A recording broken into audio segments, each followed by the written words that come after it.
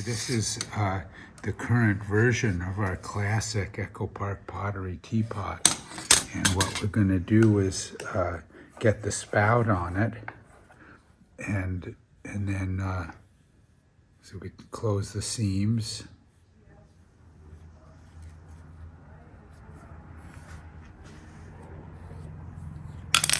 And then bevel the edge.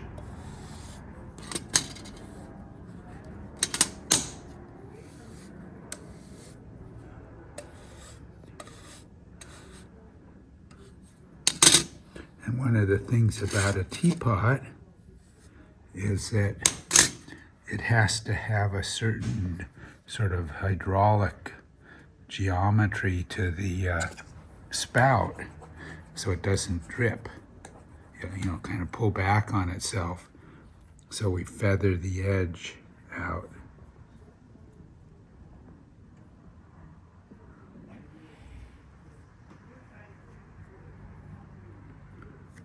Make it a little finer. It's a little fragile, but that's the way it has to be to really work.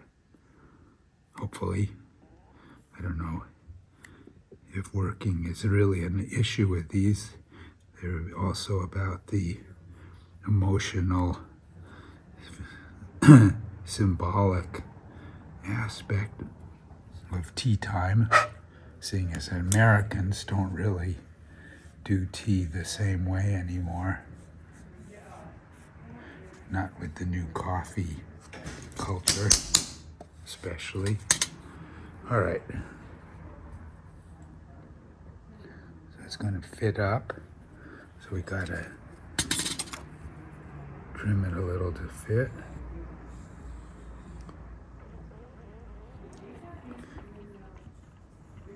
Pick up my stomach rumbling. Can you hear that?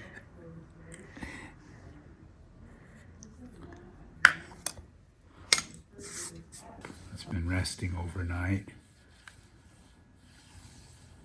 because we use a broad container to get a good boom, boom, boom, boom.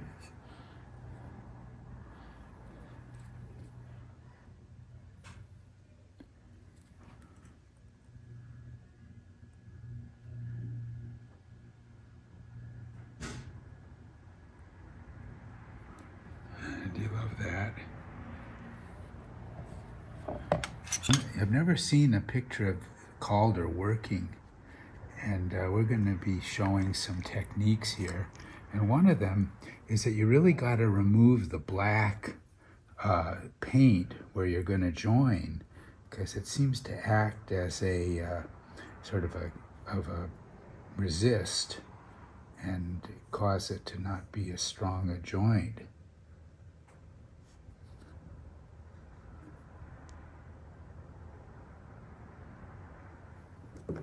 We're making a really big opening, so it's all going to go up into that little point, but it's going to really get some, we want that fluid to be available. And I like to trim the inside, because you never know when someone's going to break it.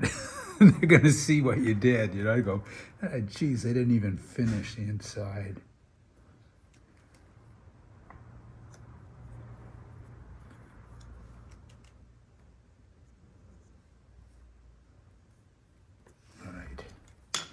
Away we go.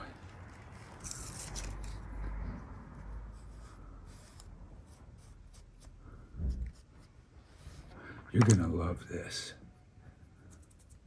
We need to give this just a little more.